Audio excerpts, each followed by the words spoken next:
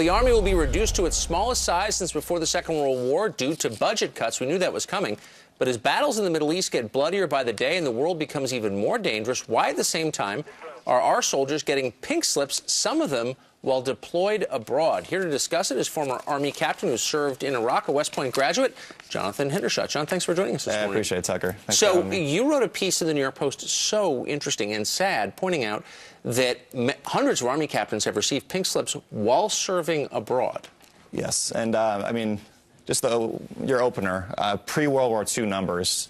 We expect a wind down, a force reduction, yes, as we come to the close of wars. We've never in the history of our country done a force reduction concurrently to fighting a war. I mean, we're still in Afghanistan. Right. So 1,100 captains receiving word that they're going to be released within the next 9 months.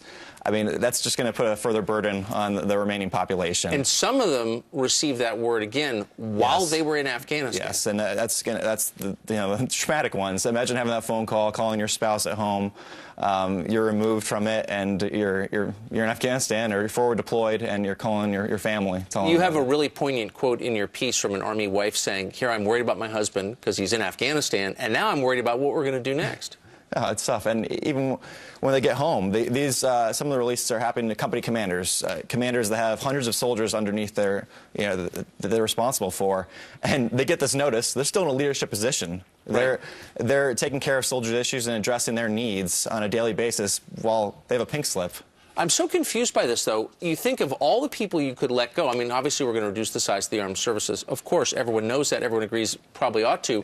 But why not the rear echelon guys? First, the captains deployed in a war zone, wouldn't they be the last ones you'd release? And to build upon that point, the captain population, so that's a junior officer rank. Yes. For the last 14 years, those conflicts in Afghanistan and Iraq have been fought at the junior officer level.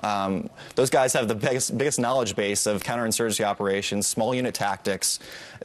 Letting them walk out the door and losing that intellectual capital and failing to let them pass on lessons learned to upcoming lieutenants and within the pipeline is just, it's mind-boggling. It seems like doing it backwards. Yeah. That's the last thing you would do. If someone said to you, reduce the size of the Army by X number, wouldn't those be the last guys you'd fire? Yes. I mean, that target rank, and it's sad because the casualty tolls over the past 14 years, they tell the tale. It's going to be a loss of talent. And the Army's not like a sports franchise. We don't go through a rebuilding phase. Right. 4 years from now, we can't bring those guys back. There's no, bringing back the LeBron Jameses and talent of the Army back in 4 years when we need to win a war. So time will tell, and it puts us at risk. And it's also totally unpublicized. When GM lays off 10,000 guys, you know about it. In this case, you didn't until your piece. So I just want to thank you for that. Thank you, Tucker. Jonathan Hendershot, thanks for joining us this morning. Thanks, Tucker.